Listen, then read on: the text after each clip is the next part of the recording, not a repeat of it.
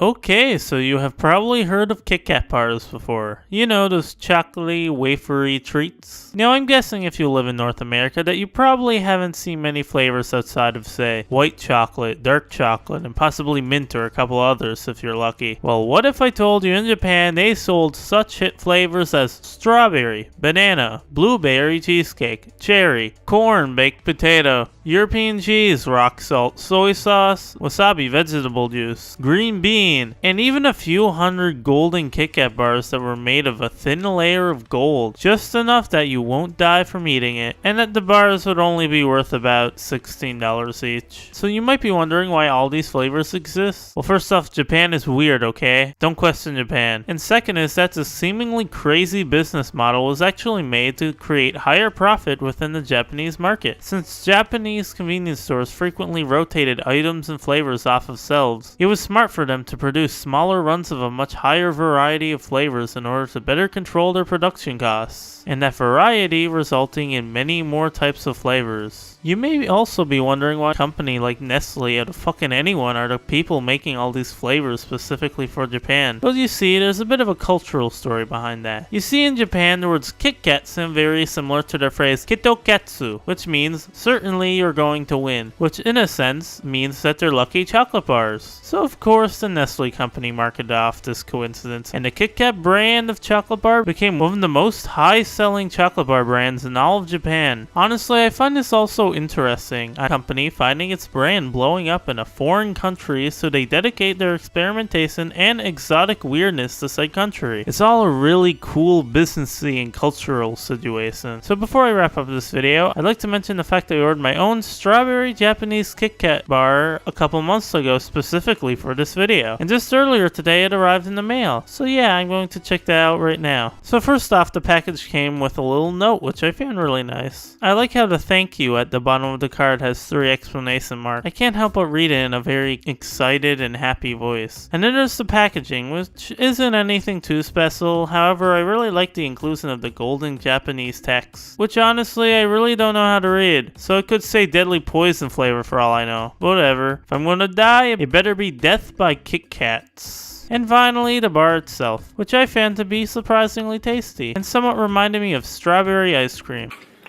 Anywho, I hope you enjoyed the video and have learned something new today about your favorite wafer chocolate treats. So yeah, I shall see you all next week.